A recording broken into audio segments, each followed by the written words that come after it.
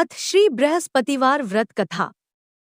भारतवर्ष में एक प्रतापी और दानी राजा राज्य करता था। वह नित्य गरीबों और ब्राह्मणों की सहायता करता था। यह बात उसकी रानी को अच्छी नहीं लगती थी।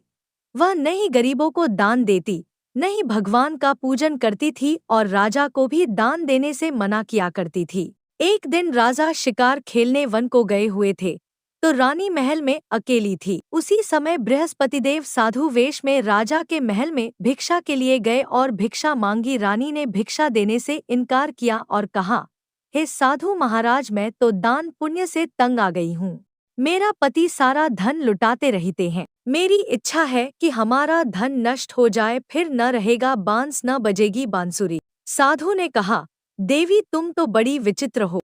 धन संतान तो सभी चाहते हैं, पुत्र और लक्ष्मी तो पापी के घर भी होने चाहिए। यदि तुम्हारे पास अधिक धन है तो भूखों को भोजन दो, प्यासों के लिए प्याऊ बनवाओ, मुसाफिरों के लिए धर्मशालाएं खुलवाओ। जो निर्धन अपनी कुंवारी कन्याओं का विवाह नहीं कर सकते उनका विवाह करा दो।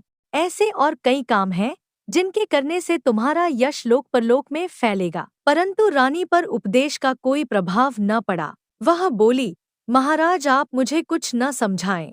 मैं ऐसा धन नहीं चाहती जो हर जगह बांटती फिरूं। साधु ने उत्तर दिया, यदि तुम्हारी ऐसी इच्छा है तो तथास्तु।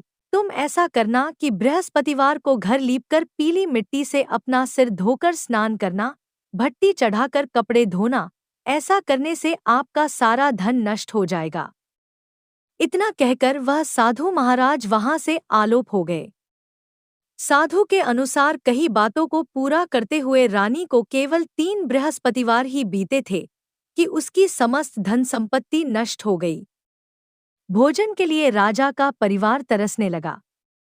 तब एक दिन राजा ने रानी से बोला कि हे रानी, तुम यहीं रहो, मैं दूसरे देश को जाता हूँ, क्योंकि यहाँ पर सभी लोग मुझे जानते हैं, इसलिए मैं कोई छोटा कार्य नहीं कर सकता। ऐसा कहकर राजा परदेश चला गया। वहां वह जंगल से लकड़ी काट कर लाता और शहर में बेचता। इस तरह वह अपना जीवन व्यतीत करने लगा। इधर राजा के परदेश जाते ही रानी और दासी दुखी रहने लगी। एक बार जब रानी और दासी को 7 दिन तक बिना भोजन के रहना पड़ा, तो रानी ने अपनी दासी से कहा, हे दासी, पास ही के नगर में मेरी बहन रहती है। वह बड़ी धनवान है। तू उसके पास जा और कुछ ले आ, ताकि थोड़ी बहुत गुजर-बसर हो जाए। दासी रानी की बहन के पास गई। उस दिन गुरुवार था और रानी की बहन उस समय बृहस्पतिवार व्रत की कथा सुन रही थी। दासी ने रानी की बहन को अपनी रानी का संदेश दिया, लेकिन रानी की बड़ी बहन ने कोई उत्तर नहीं दिया। जब दासी को रानी की बहन से कोई उत्तर नहीं मिला तो वह बहुत दुखी हुई और उसे क्रोध भी आया। दासी ने वापस आकर रानी को सारी बात बता दी। सुनकर रानी ने अपने भाग्य को कोसा। उधर रानी की बहन ने सोचा कि मेरी बहन की दासी आई थी, परंतु मैं उससे नहीं बोली, इससे वह बहुत दुखी हुई होगी। सुनकर और पूजन समाप्त करके वह अपनी बहन के घर आई और कहने लगी, हे बहन, मैं बृहस्पतिवार का व्रत कर रही थी। तुम्हारी दासी मेरे घर आई थी, परंतु जब तक कथा होती है तब तक न तो उठते हैं और न ही बोलते हैं, इसलिए मैं नहीं बोली। कहो दासी क्यों गई थी? रानी बोली, बहन, तुमसे क्या छिपाऊं, हमारे घर में खाने तक को अनाज नहीं था। ऐसा कहते कहते रानी की आंखें भर आई। अपने दासी समेत पिछले 7 दिनों से भूखे रहने तक की बात अपनी बहन को विस्तार पूर्वक सुना दी। रानी की बहन बोली, देखो बहन, भगवान बृहस्पतिदेव सबकी मनोकामना को पूर्ण करते हैं। देखो, शायद तुम्हारे घर में अनाज रखा हो। पहले तो रानी को विश्वास नहीं हुआ, पर बहन के आग्रह करने पर उसने अपनी दासी को अंदर भेजा तो उसे सचमुच अनाज से भरा एक घड़ा मिल गया। यह देखकर दासी को बड़ी हैरानी। दासी रानी से कहने लगी, हे रानी, जब हमको भोजन नहीं मिलता तो हम व्रत ही तो करते हैं, इसलिए क्यों न इनसे व्रत और कथा की विधि पूछ ली जाए, ताकि हम भी व्रत कर सकें। तब रानी ने अपनी बहन से बृहस्पतिवार व्रत के बारे में पूछा।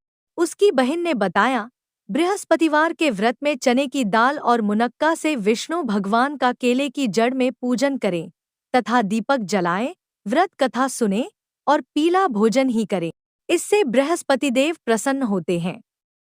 व्रत और पूजन विधि बताकर रानी की बहन अपने घर को लौट गई। 7 दिन के बाद जब गुरुवार आया तो रानी और दासी ने व्रत रखा। घुड़साल में जाकर चना और गुड़ लेकर आईं। फिर उससे केले की जड़ तथा विष्णु भगवान का पूजन किया। अब पीला भोजन कहाँ से आए, इस बात को लेकर दोनों बहुत दुखी थे।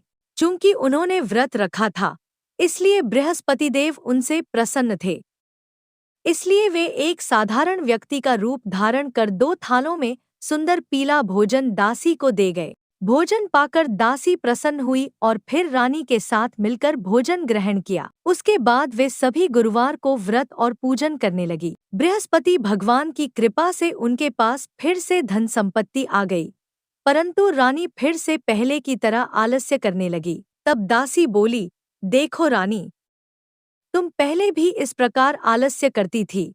तुम्हें धन रखने में कष्ट होता था, इस कारण सभी धन नष्ट हो गया, और अब जब भगवान बृहस्पति की कृपा से धन मिला है तो तुम्हें फिर से आलस्य होता है। रानी को समझाते हुए दासी कहती है कि बड़ी मुसीबतों के बाद हमने यह धन पाया है, इसलिए हमें दान पुण्य करना चाहिए, भूखे मनुष्यों को भोजन कराना चाहिए और धन को शुभ कार्यों में खर्च करना चाहिए, जिससे तुम्हारे कुल का यश बढ़ेगा, स्वर्ग की प्राप्ति होगी और पितृ प्रसन्न होंगे। दासी की बात मानकर रानी अपना धन शुभ कार्यों में खर्च करने लगी, जिससे पूरे नगर में उसका यश फैलने लगा। बृहस्पतिवार व्रत कथा के बाद श्रद्धा के साथ आरती की जानी चाहिए। इसके बाद प्रसाद बांटकर उसे ग्रहण करना चाहिए। एक दिन राजा दुखी होकर जंगल में एक पेड़ के नीचे आसन जमाकर बैठ गया। वह अपनी दशा को याद करके व्याकुल होने लगा। बृहस्पतिवार का दिन था। एकाएक उसने देखा कि निर्जन वन में एक साधु प्रकट। वह साधु वेश में स्वयं बृहस्पति देवता थे। लकड़हारे के सामने आकर बोले, हे लकड़हारे, इस सुनसान जंगल में तू चिंता मग्न क्यों बैठा? लकड़हारे ने दोनों हाथ जोड़कर प्रणाम किया और उत्तर दिया, महात्मा जी, आप सब कुछ जानते हैं, मैं क्या कहूँ?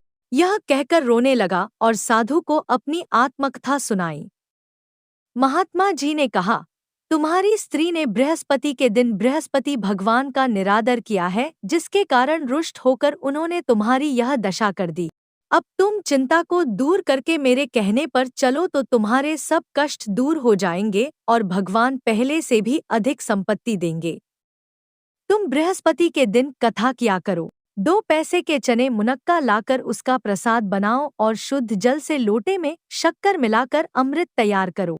कथा के पश्चात अपने सारे परिवार और सुनने वाले प्रेमियों में अमृत व प्रसाद बांटकर आप भी ग्रहण करो। ऐसा करने से भगवान तुम्हारी सब मनोकामनाएं पूरी करेंगे। साधु के ऐसे वचन सुनकर लकड़हारा बोला, हे प्रभो, मुझे लकड़ी बेचकर इतना पैसा नहीं मिलता जिससे भोजन के उपरांत कुछ बचा सकूं। मैंने रात्रि में अपनी स्त्री को व्याकुल देखा है। मेरे पास कुछ भी नहीं जिससे मैं उसकी खबर मंगा सकूं। साधु ने कहा, हे लकड़हारे, तुम किसी बात की चिंता मत करो। बृहस्पति के दिन तुम रोजाना की तरह लकड़ियां लेकर शहर को जाओ। तुमको रोज से दुगुना धन प्राप्त होगा, जिससे तुम भली भांति भोजन कर लोगे तथा बृहस्पति देव की पूजा का सामान भी आ जाएगा। इतना कहकर साधु अंतर्ध्यान हो गए। धीरे धीरे समय व्यतीत होने पर फिर वही बृहस्पतिवार का दिन आया। लकड़हारा जंगल से लकड़ी काटकर किसी शहर में बेचने गया। उसे उस दिन और दिन से अधिक पैसा मिला। राजा ने चना गुड़ आदि लाकर गुरुवार का व्रत किया। उस दिन से उसके सभी क्लेश दूर हुए, परंतु जब दोबारा गुरुवार का दिन आया तो बृहस्पतिवार का व्रत करना भूल गया। इस कारण बृहस्पति भगवान नाराज हो गए। उस दिन उस नगर के राजा ने विशाल यज्ञ का आयोजन किया तथा शहर में यह घोषणा करा दी कि कोई भी मनुष्य अपने घर में भोजन न बनावे, न आग जलावे, समस्त जनता मेरे यहाँ भोजन करने आवे। इस आज्ञा को जो न मानेगा उसे फांसी की सजा दी जाएगी। इस तरह की घोषणा संपूर्ण नगर में करवा दी गई। राजा की आज्ञानुसार शहर के सभी लोग भोजन करने गए, लेकिन लकड़हारा कुछ देर से पहुंचा, इसलिए राजा उसको अपने साथ घर ले गए और ले जाकर भोजन करा रहे थे तो रानी की दृष्टि उस खूंटी पर पड़ी जिस पर उसका हार लटका हुआ था। वह वहां पर दिखाई नहीं दिया। रानी ने निश्चय किया कि मेरा हार इस मनुष्य ने चुरा लिया है। उसी समय सिपाहियों को बुलाकर उसको कारागार में डलवा दिया। जब लकड़हारा कारागार में पड़ गया और बहुत दुखी होकर विचार करने लगा कि न जाने कौन से पूर्व जन्म के कर्म से मुझे यह दुख प्राप्त हुआ है, और उसी साधु को याद करने लगा जो कि जंगल में मिला था। उसी समय तत्काल बृहस्पतिदेव साधु के रूप में प्रकट हुए और उसकी दशा को देखकर कहने लगे, अरे मूर्ख, तूने बृहस्पतिदेव की कथा नहीं करी, इस कारण तुझे दुख प्राप्त हुआ है। अब चिंता मत कर, बृहस्पतिवार के दिन कारागार के दरवाजे पर 4 पैसे पड़े मिलेंगे। उनसे तू बृहस्पतिदेव की पूजा करना, तेरे सभी कष्ट दूर हो जाएंगे। बृहस्पति के दिन उसे 4 पैसे मिले। लकड़हारे ने कथा कही। उसी रात्रि को बृहस्पतिदेव ने उस नगर के राजा को स्वप्न में कहा, हे राजा, तुमने जिस आदमी को कारागार में बंद कर दिया है वह निर्दोष है। वह राजा है, उसे छोड़ देना। रानी का हार उसी खूंटी पर लटका है। अगर तू ऐसा नहीं करेगा तो मैं तेरे राज्य को नष्ट कर दूंगा। इस तरह रात्रि के स्वप्न को देखकर राजा प्रातःकाल उठा और खूंटी पर हार देखकर लकड़हारे को बुलाकर क्षमा मांगी तथा लकड़हारे को योग्य सुंदर वस्त्र आभूषण देकर विदा कर दिया। बृहस्पतिदेव की आज्ञानुसार लकड़हारा अपने नगर को चल दिया।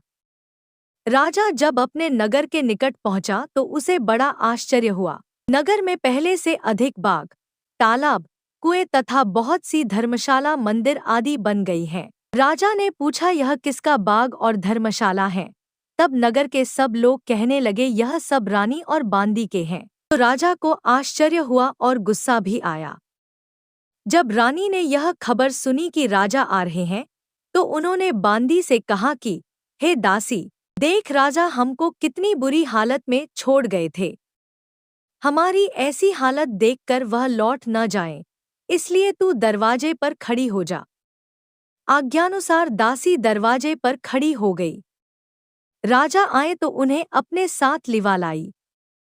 तब राजा ने क्रोध करके अपनी रानी से पूछा कि यह धन तुम्हें कैसे प्राप्त हुआ है? तब उन्होंने कहा, हमें यह सब धन बृहस्पतिदेव के इस व्रत के प्रभाव से प्राप्त हुआ है। राजा ने निश्चय किया कि 7 रोज बाद तो सभी बृहस्पतिदेव का पूजन करते हैं, परंतु मैं प्रतिदिन दिन में 3 बार कहानी तथा रोज व्रत किया करूंगा। अब हर समय राजा के दुपट्टे में चने की दाल बंधी रहती तथा दिन में 3 बार कहानी कहता। एक रोज राजा ने विचार किया कि चलो अपनी बहन के यहाँ हो आवें। इस तरह निश्चय कर राजा घोड़े पर सवार हो अपनी बहन के यहाँ को चलने लगा। मार्ग में उसने देखा कि कुछ आदमी एक मुर्दे को लिए जा रहे हैं। उन्हें रोककर राजा कहने लगा, अरे भाइयों, मेरी बृहस्पतिदेव की कथा सुन लो। वे बोले, लो, हमारा तो आदमी मर गया है, इसको अपनी कथा की पड़ी है। परंतु कुछ आदमी बोले, अच्छा कहो, हम तुम्हारी कथा भी सुनेंगे। राजा ने दाल निकाली और जब कथा आधी हुई थी कि मुर्दा हिलने लग गया, और जब कथा समाप्त हो गई तो राम राम करके मनुष्य उठकर खड़ा हो गया। आगे मार्ग में उसे एक किसान खेत में हल चलाता मिला। राजा ने उसे देख और उससे बोले, अरे भैया, तुम मेरी बृहस्पतिवार की कथा सुन लो। किसान बोला, जब तक मैं तेरी कथा सुनूंगा तब तक 4 हरैया जोत लूंगा। जा अपनी कथा किसी और को सुनाना। इस तरह राजा आगे चलने लगा। राजा के हटते ही बैल पछाड़ खाकर गिर गए तथा किसान के पेट में बड़ी जोर का दर्द होने लगा। उस समय उसकी माँ रोटी लेकर आई। उसने जब यह देखा तो अपने पुत्र से सब हाल पूछा और बेटे ने सभी हाल कह दिया तो बुढ़िया दौड़ी दौड़ी उस घुड़सवार के पास गई और उससे बोली कि मैं तेरी कथा सुनूंगी, तू अपनी कथा मेरे खेत पर चलकर ही कहना। राजा ने बुढ़िया के खेत पर जाकर कथा कही। जिसके सुनते ही वह बैल उठ खड़ हुए तथा किसान के पेट का दर्द भी बंद हो गया। राजा अपनी बहन के घर पहुंचा। बहन ने भाई की खूब मेहमानी की। दूसरे रोज प्रातःकाल राजा जगा तो वह देखने लगा कि सब लोग भोजन कर रहे हैं। राजा ने अपनी बहन से कहा, ऐसा कोई मनुष्य है जिसने भोजन नहीं किया हो, मेरी बृहस्पतिवार की कथा सुन ले। बहन बोली, हे भैया, यह देश ऐसा ही है कि पहले यहाँ लोग भोजन करते हैं, बाद में अन्य काम करते हैं। अगर कोई पड़ोस में हो तो देख आऊं। वह ऐसा कहकर देखने चली गई, परंतु उसे कोई ऐसा व्यक्ति नहीं मिला जिसने भोजन न किया हो। आता वह एक कुम्हार के घर गई जिसका लड़का बीमार था। उसे मालूम हुआ कि उनके यहाँ 3 रोज से किसी ने भोजन नहीं किया है। रानी ने अपने भाई की कथा सुनने के लिए कुम्हार से कहा, वह तैयार हो गया। राजा ने जाकर बृहस्पतिवार की कथा कही, जिसको सुनकर उसका लड़का ठीक हो गया। अब तो राजा की प्रशंसा होने लगी। एक रोज राजा ने अपनी बहन से कहा कि हे बहन, हम अपने घर को जाएंगे, तुम भी तैयार हो जाओ। राजा की बहन ने अपनी सास से कहा। सास ने कहा, हाँ चली जा, परंतु अपने लड़कों को मत ले जाना, क्योंकि तेरे भाई के कोई औलाद नहीं है। बहन ने अपने भैया से कहा, हे भैया, मैं तो चलूंगी पर कोई बालक नहीं जाएगा। राजा बोला, जब कोई बालक नहीं चलेगा तब तुम ही क्या करोगी। बड़े दुखी मन से राजा अपने नगर को लौट आया। राजा ने अपनी रानी से कहा, हम निर्वंशी हैं, हमारा मुंह देखने का धर्म नहीं है और कुछ भोजन आदि नहीं किया। रानी बोली, हे प्रभो, बृहस्पतिदेव ने हमें सब कुछ दिया है, वह हमें औलाद अवश्य देंगे। उसी रात को बृहस्पतिदेव ने राजा से स्वप्न में कहा, हे राजा उठ, सभी सोच त्याग दे, तेरी रानी गर्भ से है। राजा की यह बात सुनकर बड़ी खुशी हुई। 9वें महीने में उसके गर्भ से एक सुंदर पुत्र पैदा हुआ। तब राजा बोला, हे रानी, बिना भोजन के रह सकती है, पर बिना कहे नहीं रह सकती। मेरी बहन आवे, तुम उससे कुछ कहना मत। रानी ने सुनकर हाँ कर दिया। राजा की बहन ने यह शुभ समाचार सुना तो वह बहुत खुश हुई तथा बधाई लेकर अपने भाई के यहाँ आई। तभी रानी ने कहा, घोड़ा चढ़कर तो नहीं आई, गधा चढ़ी आई। राजा की बहन बोली, भाभी, मैं इस प्रकार न कहती तो तुम्हें औलाद कैसे मिलती। बृहस्पतिदेव ऐसे ही हैं, जैसी जिसके मन में कामनाएं हैं सभी को पूर्ण करते हैं। जो सद्भावनापूर्वक बृहस्पतिवार का व्रत करता है एवं कथा पढ़ता है अथवा सुनता है, दूसरों को सुनाता है, बृहस्पतिदेव उसकी सभी मनोकामना पूर्ण करते हैं। भगवान बृहस्पतिदेव उसकी सदैव रक्षा करते हैं। संसार में जो मनुष्य सद्भावना से भगवान जी का पूजन व्रत सच्चे हृदय से करते हैं तो उनकी सभी मनोकामनाएं पूर्ण करते हैं। जैसी सच्ची भावना से रानी और राजा ने उनकी कथा का गुणगान किया तो उनकी सभी इच्छाएं बृहस्पतिदेव जी ने पूर्ण की थी। इसलिए पूर्ण कथा सुनने के बाद प्रसाद लेकर जाना चाहिए। हृदय से उसका मनन करते हुए जयकारा बोलना चाहिए। बोलो बृहस्पतिदेव की जय, भगवान विष्णु की जय।